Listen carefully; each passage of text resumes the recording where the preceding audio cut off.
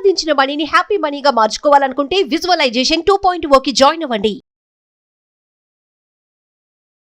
నమస్తే సుబ్బారావు గారు. నమస్తే అండి. పూరి జగన్నాథ స్వామి ఆలయానికి సంబంధించి రత్న భాండార్ ఏదైతే ఉందో దాని గురించి మనం వార్తలు వింటూనే ఉన్నాము. ఎన్నో ఏండ్ల తర్వాత మళ్ళీ 3వ తలుపుని కూడా తెరవబోతూ ఉన్నారు. దానికి సంబంధించి చాలామంది చాలా మాట్లాడుతూ ఉన్నారు. దేవుడి మాన్యం అని చెప్తూ ఉన్నారు. తెరవడం ఎంతవరకు కరెక్ట్ అన్న దానిపైన వాదోపవాదాలు జరుగుతూనే ఉన్నాయి. దీనికి సంబంధించిన పూర్తి సమాచారం ఏంటి, అండ్ ఆలయం చుట్టుపక్కల ఉన్న ప్రజలు అసలు ఆ దేవుణ్ణి ఏ విధంగా ఆరాధిస్తూ ఉంటుంటారు, అక్కడున్న మాన్యం అసలు ఎలా వచ్చింది, ఎలా సృష్టించబడింది, దీనికి సంబంధించిన పూర్తి వివరాలు తప్పకుండానండి. ఇప్పుడు శ్రీకృష్ణుడు, సుభద్ర, బలభద్రుడు అండి, వీళ్ళ ముగ్గురు అక్కడ. నాకు చాలామంది ఒరిస్సాకు సంబంధించినటువంటి స్టూడెంట్స్ ఉన్నారు, అక్కడ పేరెంట్స్, ఫ్రెండ్స్ చాలామంది ఉన్నారంటే వాళ్ళకి ఎంత అటాచ్మెంట్ అంటే వాళ్ళ ద్వారా నేను చాలాసార్లు అప్పుడే ఒక 20 years నుంచి గమనిస్తూ ఉంటాను.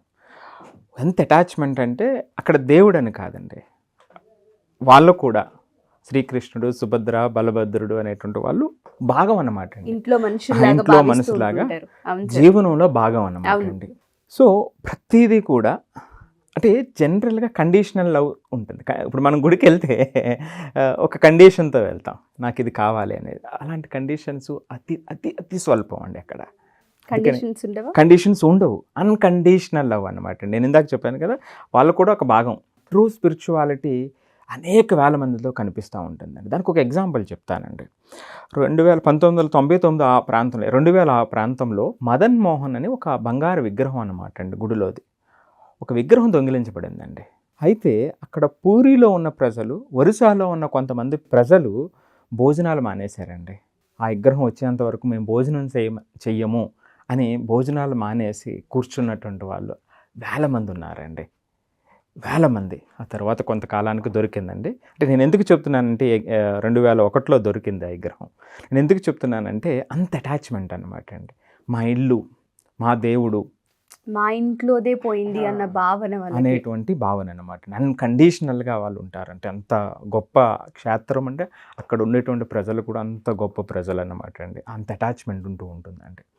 ఇక ఈ దేవాలయానికి ఇంత సంపద ఎలా వచ్చింది అసలు అనేటువంటిది చూసినప్పుడు, ఎప్పటి నుంచి వచ్చింది, ఎందుకు ఉంది అంత సంపద అనేటప్పుడు, సుమారుగా 1100-1200 శతాబ్దంలో ఈ గుడి కట్టడానికి ప్లానింగ్స్ అంతకుముందు జరిగినటువంటి రోజుల్లో జరుగుతూ ఉండగా జరిగింది. 1400 టైంకి వచ్చేటప్పటికి, 1468 ఆ టైంకి వచ్చేటప్పటికి అక్కడ గజపతి కపేంద్రదేవ్ అండి, గజపతి కపేంద్రదేవ్ అనేటువంటి రాజు ఆయన ఎన్నో దండయాత్రలు చేసండి ఒక అనంతమైనటువంటి సంపదను ఈ దేవాలయానికి తీసుకురావడం జరిగిందనమాట అండి. అనంతమైనటువంటి సంపాదన అక్కడ శాసనాల్లో రాసుంది. ఎట్లా అనుకుంటున్నారు? బంగారం, వజ్రం, వైడ్యూరాలు ఇవన్నీ కూడా ఏనుగుల మీద పెద్ద పెద్ద బంగారు బాక్సుల్లో తరలించారు ఇక్కడికి అనేటువంటివి అక్కడ శాసనాల్లో రాసి ఉన్నటువంటి మాటలు అన్నమాట అండి.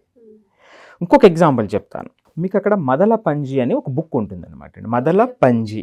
మదల పంజి అంటే ఒక బుక్ అన్నమాట అండి. అంటే మన విజిటర్స్ ఎవరైనా వస్తే రాస్తారు చూసారా, అట్లాగా ఈ బుక్కులో అక్కడ జరిగేటువంటి దేవాలయానికి సంబంధించినటువంటి కార్యకలాపాలను రాస్తారు. అక్కడ జరిగేటువంటి ఎవరైనా విరాళాలు ఇచ్చినా, ఏదైనా జరిగేటువంటి విషయాలన్నీ కూడా ఆ బుక్లో రాస్తారనమాట. దాన్ని మదల పంజి అంటారు. ఆ బుక్లో ఉన్నటువంటి ఒక చిన్న విషయం మీకు చెప్తాను. అంటే అసలు ఎంతలాగా పోగయింది, అసలు సంపద అసలు ఎంతవరకు ఉంది, ఎలా పోగైంది, ఎంత అభిమానించేటువంటి వారు దేవుణ్ణి, అసలు నిజంగా భగవత్ స్వరూపమే, భగవంతుడే అక్కడ ఉన్నాడు అనేటువంటి అంత గొప్ప క్షేత్రం అనేటువంటి చెప్పడానికి ఇప్పుడు కాదండి, అంటే 100 సంవత్సరాల నుంచి ఈ ఎగ్జాంపుల్ మనకు తెలియజేస్తుంది.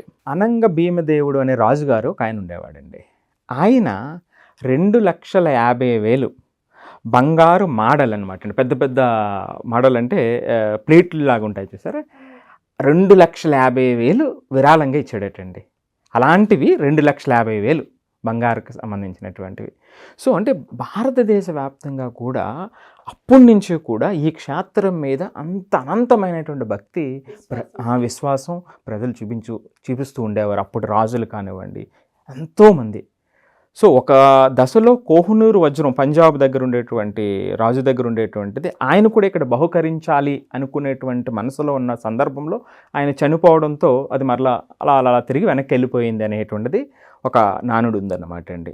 సో ఆ నమ్మకం విశ్వాసం వల్ల ఇంత సంపద పోగుపడింది అనమాట అండి ఇక్కడ. మీరు అన్నట్టుగానే ఆ ప్రాంతానికి సంబంధించిన ప్రజలు ఏ చిన్న వస్తువు కొత్తది వచ్చినా ఫస్ట్ దేవుడికి మాత్రమే సమర్పించే వాళ్ళు, అక్కడే పోగు చేసే వాళ్ళని కూడా మనం వింటూ ఉన్నాము. అలా మనం చూసుకుంటూ ఉంటే చాలా మాన్యం దేవుడికి సంబంధించి అక్కడ ఉంది. ఇప్పటికీ నాగబంధనంతో దాన్ని ఏర్పాటు చేశారు, కట్టడి చేశారు. అప్పుడున్న రోజులని బట్టి ఎక్కడ మిస్ అవుతుందో లేదంటే ఎక్కడ చోరీ చేస్తారన్న దాంతో నాగబంధనం చేయడం జరిగింది అన్నారు.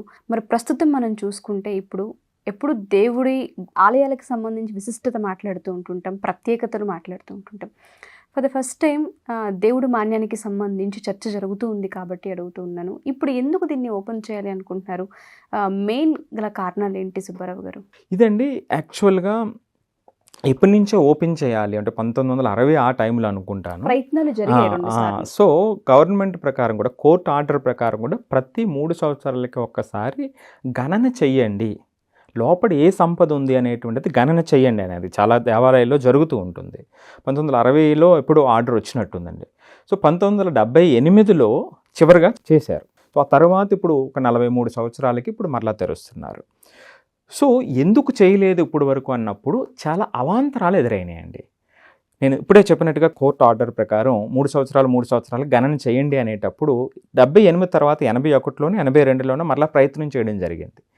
చేసిన సందర్భంలో లోపలికి వెళ్ళినటువంటి అధికారులకి భయం వచ్చింది. అక్కడ వింటున్నటువంటి శబ్దాలు వాళ్ళకి ఆలోచనలో పడేసినాయి. అంతేకాకుండా 1982లో అక్కడ వెళ్ళినటువంటి అధికారులు ఎవరైతే ఉన్నారో వాళ్ళు రాసినటువంటి ఒక సందేశం ఏమిటంటే, అక్కడికి వెళ్ళిన తర్వాత ఆ రెండో భాండార దగ్గరికి వెళ్ళిన తర్వాత, రెండో చాంబర్ దగ్గరికి వెళ్ళినప్పుడు ఒక శక్తి ఏదో వాళ్ళని గెంటి పడేసింది, ఒక దూరం వచ్చి ఎగిరి పడిపోయారు అనేటువంటి మాటలు కూడా వింటూ ఉంటామన్నమాట అండి. సో అలాంటి ప్రయత్నం చేసిన తర్వాత 1982లో అప్పుడు అక్కడ పూజారులు కూడా ఇది అరిష్టం, ఇది దేవుని యొక్క సంపద, దీన్ని చేసేటువంటి తాకేటువంటి పరిస్థితి తీసుకురావద్దు మీరు, ఇది దేశానికి ప్రపంచానికి అరిష్టం, దీన్ని మానుకోండి అని చాలా హెచ్చరికలు చేయటంతో అక్కడ ఉన్నటువంటి ప్రజల విశ్వాసంతో కానివ్వండి, అక్కడ గవర్నమెంట్స్ కూడా దాని మీద పెద్దగా ఇంకా స్పందించలేదండి. దాన్ని అలాగా మరుగున పెట్టేసడం జరిగింది. ఇక ప్రస్తుతం మారినటువంటి రాజకీయ కారణాలు కానివ్వండి, ఇక్కడ ఈ చాంబర్స్ తెలిసేటప్పుడు, రెండో చాంబర్ తెలిసేటప్పుడు దాంట్లోకి వెళ్దామండి. ఆ విషయాల్లోకి తాళాలు ఉంటాయన్నమాట. 3 రకాల తాళాలు ఒకేసారి పెడితేనే అది ఓపెన్ అవుతుంది. అది ఒకటి మిస్ అయ్యిందని, అది సంథింగ్ అక్కడ ఏదో జరిగిందనమాట అండి. అందువల్ల తెరవలేకపోతున్నామని అలా సంవత్సరాల తరబడి జరగటం. రీసెంట్గా 2018లో మరలా హైకోర్టు అక్కడ లోకల్గా ఆనరబుల్ హైకోర్టు ఆర్డర్ ఇవ్వటంతో తెరవాలి అనేటువంటిది. తర్వాత కొన్ని రోజులకి తాళం దొరికింది అని, డూప్లికేట్ తాళం దొరికిందని చెప్పడం. ఇలా జరిగినటువంటి క్రమంలో లాస్ట్ ఒక 20 years నుంచి 24 years నుంచి ఒకే పార్టీ అక్కడ అధికారంలో ఉండటం, తర్వాత ఈ బీజేపీ మొన్న ఎలక్షన్ జరిగినప్పుడు మేము అది తెరిపిస్తాము అని రాజకీయ వాగ్దానం ఇవ్వటం జరగటం. సో ఇవన్నీ జరిగి చివరికి ఇప్పుడు ఇది తెరవాలి, ఈరోజు తెరవటం అనేటువంటి కార్యక్రమం వచ్చిందన్నమాట అండి, జరుగుతుంది. ఎన్నో కాన్సిక్వెన్సెస్ని చూడడం జరిగింది. తెరవనివ్వకపోవడం, దాని తర్వాత శక్తి ఏదో ఆపింది అనుకోవడం, కొన్ని శబ్దాలు వినపడుతున్నాయి అనుకోవడం. ఆ ప్రాసెస్లోనే అక్కడున్న దేవాదాయ శాఖ యజమానులు కావచ్చు, పూజారులు కావచ్చు, వద్దు ఇది దేవుడి మాన్యం, ముట్టుకునే ప్రసక్తి లేదు అన్నదాని హెచ్చరికలు కూడా వచ్చాయి. ఇప్పుడు మళ్ళీ అదే ప్రయత్నం చేస్తున్నారు కాబట్టి అంటే ఎటువంటి కట్టుదిట్టమైన జాగ్రత్తలు తీసుకున్నారు? నాగబంధనం, అక్కడ పాముల శబ్దాలు కూడా వినిపిస్తున్నాయని చెప్పడం జరుగుతుంది. మరి ప్రమాదం పొంచలేదా అని మనం విన్నాం అంటే ఆ విధంగా చూసుకోవడానికి కూడా లేదు. అంటే ఇక్కడ ఒకటండి, ఇప్పుడు అనంతమైనటువంటి సంపదని వాళ్ళు ఇక్కడ దాచినారు అంటే అక్కడ ఉన్నటువంటి ప్రజలు, ఆ దేశానికి ఎప్పుడో టైంలో ఉపయోగపడుతుంది అనేటువంటి ఉద్దేశమే అక్కడ అప్పుడు వాళ్ళు చేసినటువంటిది. సో ఇక్కడ అది అన్యాక్రాంతం కాకూడదు అనే ఉద్దేశంతో చాలా సైంటిఫిక్గా ఉన్నటువంటి ఆ నాగబంధనం ఏదైతే ఉందో రకరకాల యాక్టివిటీస్ అక్కడ పెట్టడంతో ఇప్పుడు వరకు కూడా ఎన్నో దండయాత్రలు మన భారతదేశం మీద జరిగినాయి. ఎంతో సంపదను కొల్లగొట్టుకుని వెళ్ళిపోయారు, కానీ ఇక్కడ తాకలేకపోయారు. సో ఎన్నో కట్టుబాట్లు అక్కడ వాళ్ళు చేయటం జరిగింది అనమాట అండి. సో ఇప్పటికి కూడా ఇంత సైన్స్ పెరిగినటువంటి ఇప్పటికి కూడా అంటే రీసెంట్గా ఒక 20-40 సంవత్సరాల క్రితం కూడా దాన్ని తాకలేనటువంటి పరిస్థితి. సో ఇక్కడ అందరూ అర్థం చేసుకోవాల్సింది ఏమిటంటే అండి, ఇక్కడ 3 చాంబర్స్ ఉన్నాయండి.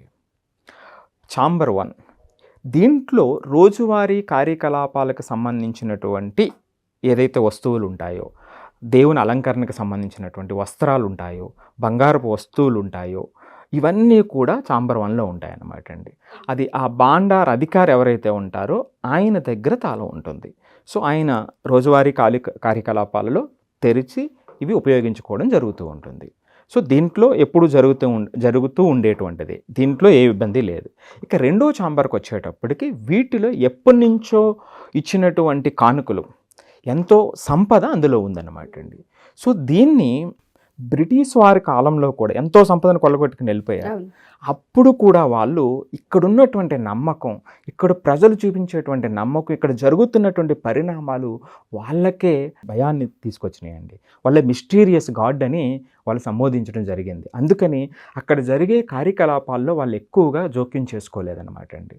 వాళ్ళ టైంలో కూడా ఒకసారి గణన చేశారు దేంట్లో, రెండో ఛాంబర్లో. అప్పుడు ఉన్న సమాచారం ఏమిటంటే సుమారుగా 12 కేజీల పైన ఉన్నటువంటి కిరీటాలు, అవి శ్రీకృష్ణుడిది, సుభద్రమాతది, బలభద్రుడిది కిరీటాలు 12 కేజీల పైన ఉన్నటువంటివి ఉన్నాయి. సుమారుగా 597 రకరకాల బంగారానికి సంబంధించినటువంటివి, రకరకాల వస్తువులు అక్కడ ఉన్నాయని గణన చేయటం జరిగిందనమాట అండి బ్రిటిష్ వారి కాలంలో. సో ఇలాగా అలా మళ్ళీ అక్కడ పెట్టేయడం జరిగింది. ఈ రెండో ఛాంబర్కి వచ్చేటప్పటికి ఏమవుతుంది అంటే అండి, ఇక్కడ 3 తాళాలు ఉంటాయట. ఒకటి గజపతి రాజులు అనుకున్నాం కదండి. సో వాళ్ళకి సంబంధించినటువంటి, ఆ సంస్థానానికి సంబంధించినటువంటి వాళ్ళ దగ్గర ఒక తాళం, బాండార్ అధికారి ఎవరైతే ఉన్నారో వాళ్ళ దగ్గర ఒక తాళం, తర్వాత ప్రభుత్వం వచ్చింది కాబట్టి కలెక్టర్ ఆధ్వర్యంలో ఒక తాళం ఉంటుంది. ఈ 3 తాళాలు ఉంటాయి. ఈ 3 ఉపయోగిస్తేనే అది ఓపెన్ అయ్యేటువంటిది అనమాట అండి. సో ఈ మధ్యలో జరిగినటువంటి కాలంలో ఒక తాళం మిస్ అయ్యిందని రకరకాల కారణాలతో ఇది ఆగిపోవడం జరిగింది. ఇది ఓపెన్ జరగలేదన్నమాట అండి. సో ఇది ఇప్పుడు వరకు కూడా జరిగినటువంటి దాంట్లో ఇది ఆల్రెడీ ముందు ఓపెన్ అయ్యిందే ఛాంబర్ 2 అనేటువంటిది. గణన రీసెంట్గా జరగట్లేదు. సో ఇప్పుడు దీన్ని వీళ్ళు ఓపెన్ చేయబోతున్నారు. ఇందాక చెప్పినట్టుగా 80 ఆ టైంలో, 82 ఆ టైంలో గవర్నమెంట్ అఫీషియల్స్, ఆర్కియాలజీ డిపార్ట్మెంట్ వాళ్ళు కూడా చూసినప్పుడు, ఆ రెండో ఛాంబర్ నుంచి చూసినప్పుడు, ఆ రెండో ఛాంబర్ నుంచి మూడో ఛాంబర్కి ఏదైతే ఉన్నాయో ఇక్కడ ఆ కిటికీలో నుంచి చూసినప్పుడు ఆ పైన ఉన్నటువంటి వాతావరణం పాడవటం, ఇవన్నీ కూడా వాళ్ళు గమనించారన్నమాట అండి. ఇది కూలిపోయేటువంటి ప్రమాదం ఉంది, దీనికి రక్షణ చర్యలు కూడా చేపట్టాలి అనేటువంటి సమాచారాన్ని అనేది వాళ్ళు చెప్పారు.